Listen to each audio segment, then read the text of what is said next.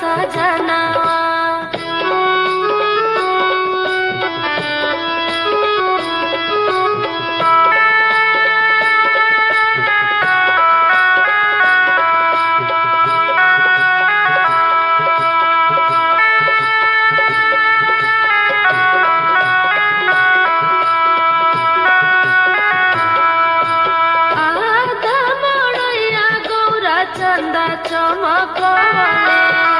चंदा चमकवले हो चंदा चमकवले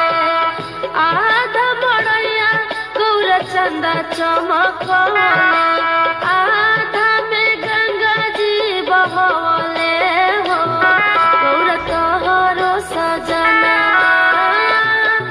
में गंगा जी बहवले हो गौरा तोहरो सजना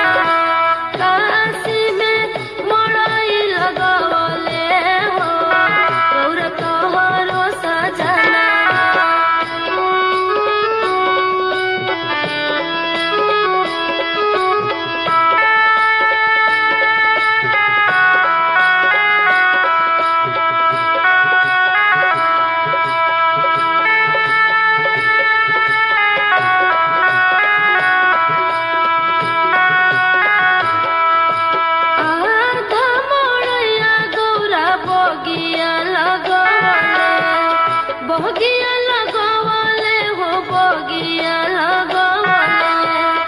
आधा मड़ैया गौरा बगिया लगवले आधा में भंगिया लगवले हो गौरा तोहरो सजना आधा में भंगिया लगवले हो गौरा तोहरो सजना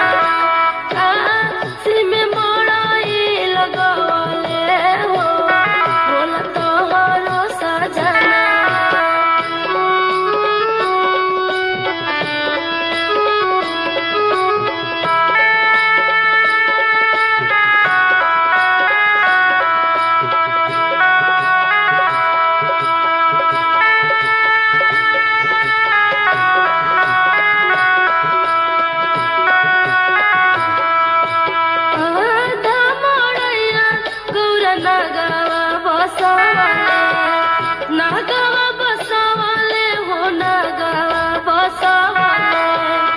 आधा मड़ैया गौरा नागवा बसवले आधा में बिछुआ बसवले हो बोल तोहरो सजना में बिछुआ बसवले हो गौरा तोहरो सजना